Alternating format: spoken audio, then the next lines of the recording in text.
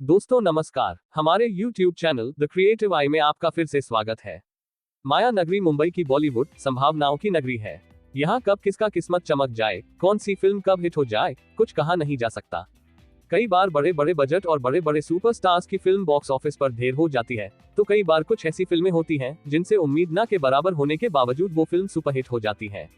ऐसी ही एक फिल्म आई थी 1985 में, जिसे 2 साल तक डिस्ट्रीब्यूटर ही नहीं मिला। और जब ये फिल्म रिलीज हुई तब इस फिल्म ने चारों तरफ पूरे फिल्म इंडस्ट्री में तहलका मचा दिया था।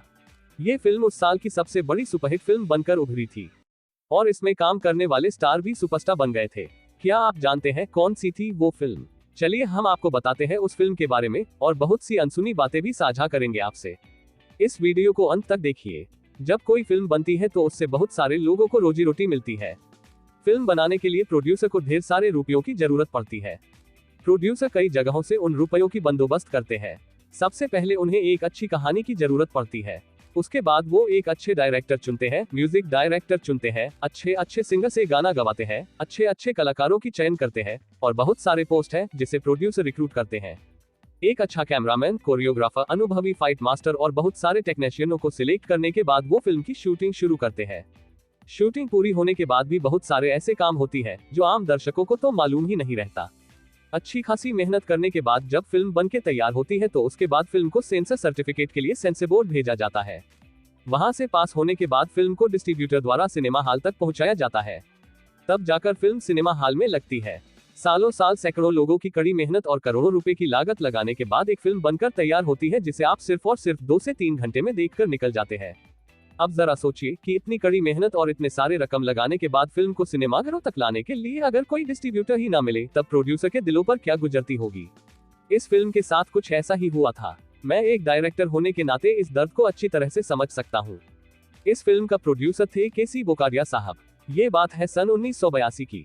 कई बरसों बाद केसी बोकारिया इस फिल्म की तैयारी में लगे हुए थे।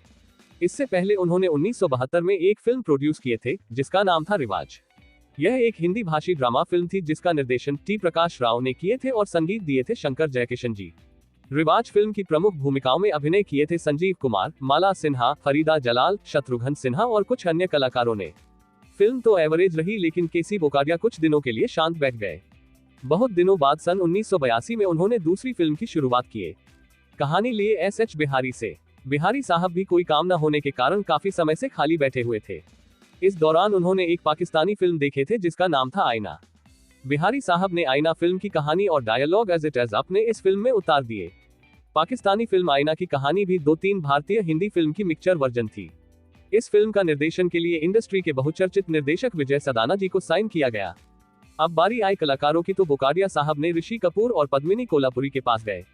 ऋषि कपूर ने इतना फीस का डिमांड कर दिए कि बोकारिया साहब उन्हें साइन किए बिना ही लौट आए। इसी दौरान राइटर एस.एच. बिहारी इस फिल्म की कहानी का जिक्र मिथुन चक्रवर्ती से किए और इसमें काम करने के लिए आग्रह भी किए। मिथुन चक्रवर्ती और एस.एच. बिहारी की जान पहचान फिल्म कराटे के दौरान गहरी हुई थी। ये कहानी मिथुन को भी बहुत पसंद आए और उन्होंने इसमें काम करने के लिए राजी हो गए। आगे मिथुन दा ने कहा, ये कहानी आने वाली न्यू जनरेशन के लिए एक मील का पत्थर साबित होगी। मिथुन चक्रवर्ती उन दिनों के सुपर सितारे थे। फिल्म डिस्को डांसर से उनको नेम और फेम दोनों मिल चुकी थी। जब आईना की कहानी सामने आई तो दोनों को ये फिल्म अगले दौर की नींव रखने वाली फिल्म लगी। उन दिनों मिथुन दा की छवि एक डांसिंग और एक्शन हीरो की बन चुकी थी और इस फिल्म की कहानी उससे बिल्कुल अलग था। ये फिल्म पूरी तरह से एक पारिवारिक फिल्म था। मिथुन चक्रवर्ती और केसी बोकारिया के लिए ये फिल्म थोड़ा रिस्की तो था ही, साथ ही ना चलने का भी डर था। लेकिन फिर भी दोनों राजी हो गए और बोकारिया साहब ने मिथुन चक्रवर्ती को साइन कर लिए। इससे पहले केसी बोकारिया हीरोइन के लिए पद्मिनी कोल्हापुरी को साइन कर चुके थे। और अब इस फिल्म से जुड़ा वो किस्सा बताने जा रहा हूँ जो उस वक्त पूरी हिंदी फिल्म इंडस्ट्री में गिनती के आधा दर्जन लोगों को ही पता होगा। ये किस्सा जुड़ा है फिल्म की कास्टिंग को लेकर। हुआ यूं कि इस फिल्म के लिए जब पद्मिनी कोल्हापुरी की नाम फाइनल होने की चर्चा शुरू हुई तो इसका सबसे पहला रिएक्शन आया कपूर खानदान से। ऋषि कपूर के साथ फिल्म प्रेम रोक कर चुकी पद्मिनी कोल्हापुरी को ये धमकी मिली कि अगर उन्होंने मिथुन चक्रवर्ती के साथ ये फिल्म किया तो वह आगे से कोई भी फिल्म उनके साथ नहीं करेंगे। उन्होंने पद्मिनी कोल्हापुरी को अपने साथ 3 फिल्मों के लिए साइन भी कर रखे थे। लेकिन पद्मिनी के पिता पंढरीनाथ कोल्हापुरे ठहरे जुबान के पक्के इंसान। वह अपने जमाने के प्रसिद्ध गायक और वीणा वादक भी रह चुके हैं। उन्होंने ऋषि कपूर को संदेश भेजवाया कि आपको पद्मिनी के साथ फिल्म करनी है या नहीं करनी है, ये आपका फैसला है।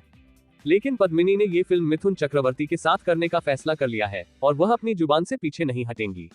और इस तरह से अंततः इस फिल्म की शूटिंग शिमला के खूबसूरत वादियों में पूरी हो गई। इस फिल्म में मिथुन चक्रवर्ती और पद्मिनी कोल्हापुरी के अलावा डैनी डेंजोगपा, असरानी, बिंदु और मास्टर विक्की मुख्य भूमिका निभाए थे। इस फिल्म के गाने भी एस.एच. बिहारी साहब ने ही लिखे थे और इस फिल्म को लता मंगेशकर, सब्बीर कुमार और कविता कृष्णमूर्ति ने अपनी मधुर स्वर से सजाए थे।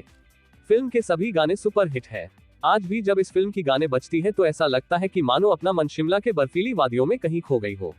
जी हाँ दोस्तों, हम जिस फिल्म की बात कर रहे हैं वो फिल्म है प्यार झुकता नहीं। उस जमाने में यह फिल्म सभी युवाओं को दीवाना बना दिया था।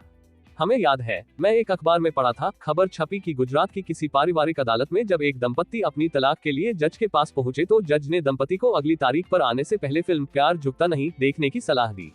अगली तारीख पर जब दोनों जज के सामने पहुंचे तो न सिर्फ उन्होंने अपना मुकदमा वापस लिया, बल्कि अपना वैवाहिक जीवन बचाने के लिए जज साहब को धन्यवाद भी कहा और इस फिल्म की पूरी टीम से भी आभार व्यक्त किया।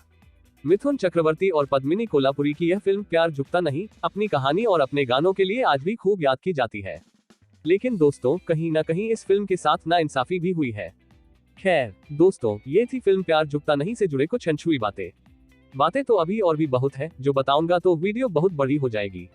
ये वीडियो आपको कैसा लगा प्लीज हमें कमेंट करके बताएं और इस चैनल को लाइक और सब्सक्राइब भी कर दीजिए। धन्यवाद।